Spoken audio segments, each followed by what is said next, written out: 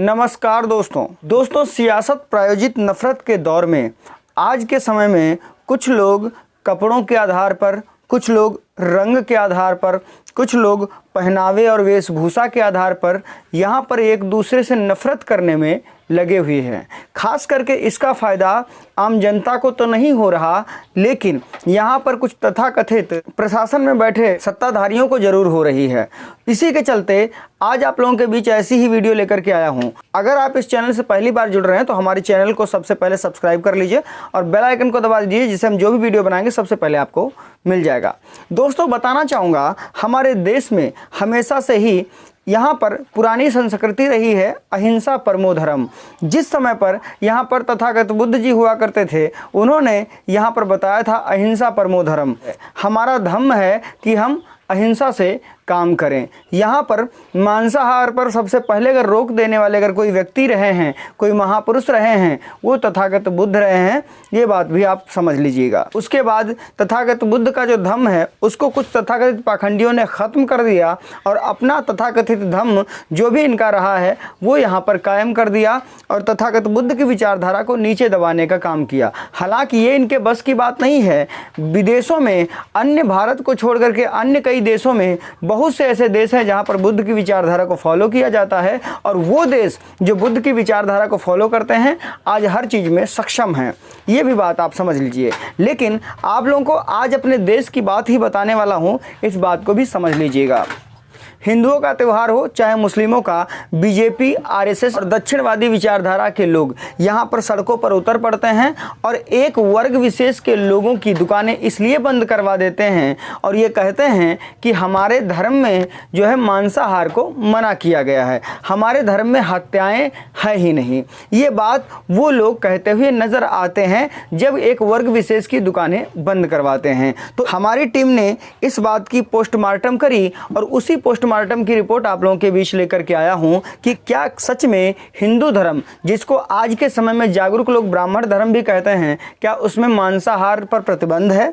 इस बात को समझ लीजिएगा। तो आप कान खोल के रखिएगा और अपनी भावनाएं बिल्कुल आहत मत करिएगा, क्योंकि ये जो रिपोर्ट है ये आप लोगों को ऑनलाइन भी मिल जाएगी। भावनाएं आहत होने से सच्चाई छुपती नहीं है, सच्चाई और बढ़ करके सामने आती है। इस बात को भी आप सोच लीजिए। इस धर्म के बिचौलिए इस बात को ज़्यादा प्रचारित करते हुए नज़र आते हैं कि इनके धर्म में मांसाहार है ही नहीं, ये कहते हुए नज़र आते हैं। लेकिन सोचने की बातें ये हैं कि यहाँ पर एक आधनी दर्जनों ऐसे आपको नाम मिल जाएंगे, ऐसे मंदिर मिल जाएंगे जहाँ पर मांसाहार के साथ साथ में भोग लगाया जाता है और वही प्रसाद भक्तों में भी बांटा जाता है। केवल साउथ में ही नहीं, उत्तर प्रदेश में भी बहुत से ऐसे मंदिर हैं जहाँ के भगवानों को मांसाहार का प्रसाद लगता है, जहाँ के भगवान मांसाहार का सेवन करते हैं, साथ ही साथ वही मांसाहार का प्रसाद भक्तों में भी बांटा जाता है। वो लोग भी बड़े चाव के साथ उस भोजन को खाते हैं। तमिलनाडु के मुनियान्दी मंदिर में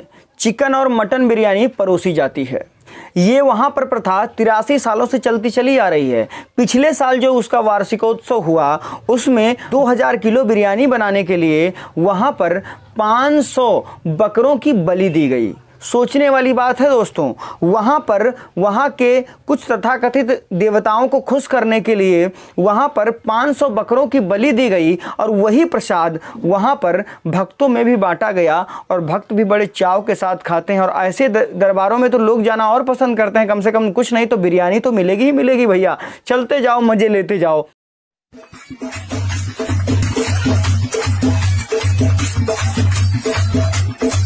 इतना ही नहीं, अभी तो एक ही है। उड़ीसा के पुरी में विमला देवी मंदिर में मटन और चिकन का प्रसाद लगाया जाता है और भक्तों में बांटा भी जाता है। यहाँ तक कहा जाता है कि विमला देवी मंदिर में अगर मटन का प्रसाद न लगाया जाए तो वहाँ के जो देवता हैं वो नाराज हो जाते हैं। उत्तर प्रदेश में गोरखपुर के, जहाँ के यूपी के सीएम और तथाकथित हिंदू हृदय सम्राट सीएम योगी आदित्यनाथ जी आते हैं, वहाँ का हाल क्या है ये भी आप समझ लीजिएगा। गोरखपुर के तरकुलहा देवी मंदिर में बकरे का मांस चढ़ाया और बांटा जाता है। बाकायदा मंदिर के पीछे हांडियों में वही मांस पकाया जाता है और वही मांस वहाँ के भक्तों को भी प्रसाद के रूप में दिया जाता है और वो प्रसाद पाकर के अत्यंत सुखद महसूस करते हैं। केरल में पारनिक कदमू के मंदिर में मछली और ताड़ी का भोग लगता है। मतलब साथ ही साथ में मछली और साथ ही साथ में ताड़ी एक नशीला पदार्थ होता है जो कि ताड़ से निकलता है। कुछ लोग उसको देसी शराब भी बोलते हैं। उसका भोग लगाया जाता है और भक्त भी बड़े चाव के साथ भोजन करते हैं। दूसरी बात, पश्चिम बंगाल में कालीघाट मंदिर में, जिसको 51 शक्तिपीठों में जगह दी गई है और कहा जाता है ये 51 शक्तिपीठों में से एक है, वहाँ पर बकरे का मांस चढ़ाया जाता है और वही मांस भक्तों में भी बांटा जाता है। और साथ ही साथ असम का कामाख्या मंदिर कौन नहीं जानता है, सबसे ज़्यादा प्रसिद्धि पाने वाला असम का कामाख्या मंदिर, वहाँ पर भी मछली और मीट का भोग लगाया जाता है। चटनी के रूप में भक्तों को मछली की चटनी भी परोसी जाती है। अब सोचिएगा कितना लजीज बनाते होंगे वो लोग, और वहाँ पर भक्तों को वही मछली की चटनी भी परोसी जाती है। और यहाँ पर भक्त कहते हैं कि भैया हमारे धर्म में यहाँ पर मांसाहार पर प्रतिबंध लगाया गया है। सोचिएगा उन मंदिरों का हाल क्या है जहां पर ऐसे कृत्य हुआ करते हैं, लेकिन ये बात उनके समझ में तो बिल्कुल आती ही नहीं। बंगाल के तारापीठ मंदिर में मछली और मीट का भोग लगाया जाता है। बंगाल के दक्षिणेश्वर काली मंदिर में मछली को परोसा जाता है। सोचने की बातें हैं, बंगाल के दक्षिणेश्वर काली मंदिर में मछली को परोसा जाता है भोग के रूप में और वही प्रसाद के रूप में भी।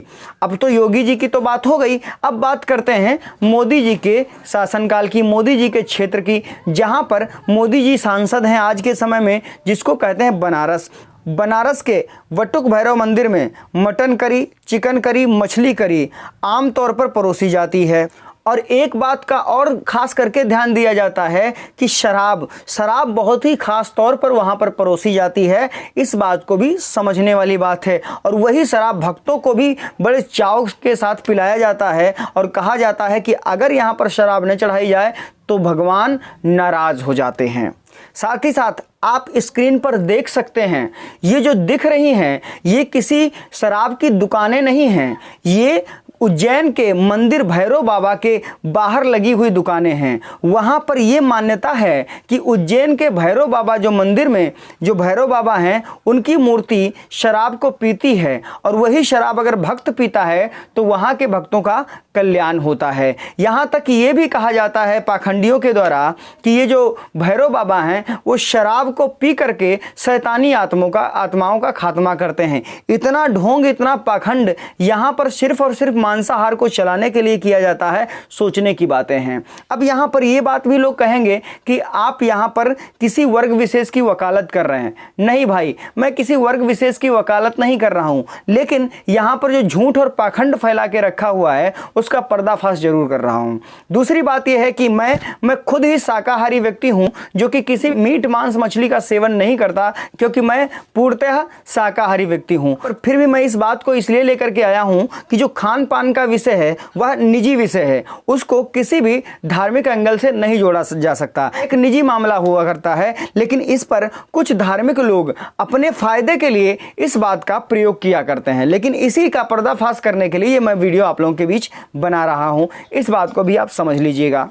साथ ही साथ कुछ आंकड़े आप लोगों को दिखाता हूं। ये आंकड़े मैंने खुद अपने घर में नहीं बनाए हैं, ये आंकड़े सरकारी हैं, जो कि राष्ट्रीय परिवार स्वास्थ्य का सर्वे है। इस सर्वे के माध्यम से, और ये सर्वे पुराना भी नहीं है, ये सर्वे अप्रैल 2022 का है, जिसमें यह माना गया कि पूरे देश में 81% लोग यहाँ पर मांसाहार करते हैं। अब इसमें हिंदुओं की बात करें तो हिंदुओं में 44% लोग ही शाकाहारी हैं। इसके साथ साथ 56% लोग यहाँ पर मांसाहार का सेवन करते हैं।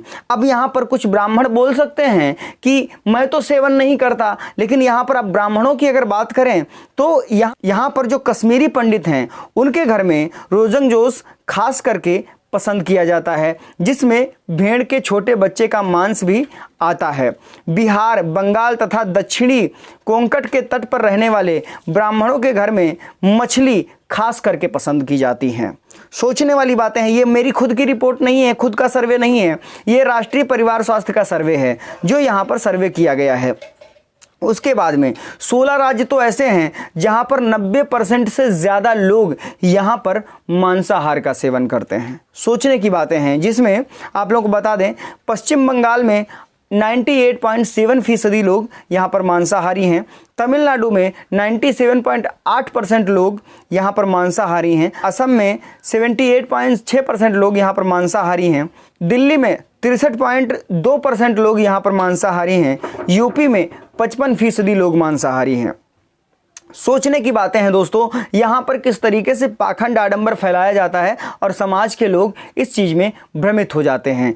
साथ ही साथ बूचड़ खानों की बात करें, हमारे देश में एक चीज़ का बवाल बहुत ज़्यादा मचा करता है, जिसमें बूचड़ खाने का जब भी नाम आता है तो खास करके यहाँ पर हिंदू हृदय सम्राटों के दिल में दर्द होने लगता है और ख़ास करके एक वर्ग विशेष पर उंगली उठाते हुए नजर आते हैं कि ये लोग यहाँ पर बूचड़ खाने ज़्यादा प्रयोग करते हैं, बूचड़ खाने ज़्यादा चलाते हैं। लेकिन आप लोगों को जान करके बहुत बड़ी हैरानी होगी कि जो बूचड़ खाने हैं, सबसे बड़ा बूचड़ खाना जो हमारे देश में है, पूरे देश में सबसे बड़ी बीफ एक्सपोर्ट कंपनी, जिसको सबसे बड़ा बीफ बूचड़ खाना बोला गया है, जहां पर गाय को मारा जाता है और वहां के उसका मांस निकाल करके बाहर देशों में एक्सपोर्ट किया जाता है, जिसका नाम है अल कबीर। आपने नाम सुना होगा, नाम सुनते ही आपके दिमाग में जो है ना टोपी और दाढ़ी आ गई होगी, नाम सुना अल कबीर। लेकिन ये जो है, इसके जो मालिक हैं जिनका नाम है सतीश सब्रवाल, सतीश सब्रवाल नाम है इनका, जो कि इनकी कंपनी तेलंगाना के मेडक में स्थित है, जो कि पूरे 400 एकड़ में ये फैक्ट्री फैली हुई है और पूरे साल में 650 करोड़ रुपए तक का लगभग में इनका टर्नओवर हो जाता है। इनसे जब इस बात पर पूछा गया तो कहने लगे बिजनेस और धर्म को एक में नहीं जोड़ना चाहिए। सोचिएगा, एक तरफ यहाँ पर वर्ग विशेष के लोग गौ हत्या के नाम पर मारे जाते हैं, दूसरी तरफ ये बात ऐसी बोल रहे हैं जो कि कहने की नहीं। हालांकि ये मैं इसलिए आप लोगों को डेटा दे रहा हूँ जिससे आप आने वाले समय में जब आपसे कोई सवाल पूछे तो उसका जवाब कड़े तरीके से दे सकें। साथ ही साथ अरेबियन एक्सपोर्ट कंपनी, जिसके मालिक हैं सुनील कपूर, जो भी बहुत बड़ी बीफ कंपनी है। सोचने की बातें हैं दोस्तों, एक तरफ यहाँ के मुस्लिमों को जाति धर्म और खास करके गौ हत्या के नाम पर मार दिया जाता है, दूसरी तरफ यहाँ पे हिंदू हृदय सम्राट कहे जाने वाले लोग अपने होटलों में अपनी कमाई के लिए, अपने खुद की कमाई के लिए खूब अच्छे से बीफ का एक्सपोर्ट करते हैं, बीफ खिलाते हैं, बीफ बना के परोसते हैं। सोचिए दोस्तों क्या चल रहा है हमारे देश में। इसीलिए कहते हैं आप अहिंसावादी बनिए, आप मांसाहार से दूर रहिए। हाँ, ये जरूरी है कि खाने का जो विषय है वो अपना विषय, लेकिन मैं सभी से यही कहता हूँ कि जैसा खाएंगे अन्न वैसा होगा मन। कहते हैं ना कि जैसे पिएंगे पानी वैसी होगी वाणी। तो इसीलिए समाज को उन्नति की ओर लेकर के जाइए और अपने बच्चों को शिक्षित बनाइए। खैर कोई नहीं, आज के लिए इतना ही दोस्तों। इस वीडियो को आप कैसे लेते हैं ये आप पर मैं छोड़ता हूँ। हाँ, एक बात जरूर कहता हूँ, अगर ऐसे वीडियो और पाना चाहते हैं हमारे चैनल को सब्सक्राइब कर लीजिए, वीडियो को लाइक शेयर कर दीजिएगा। मिलते हैं अगले वीडियो में, तब तक के लिए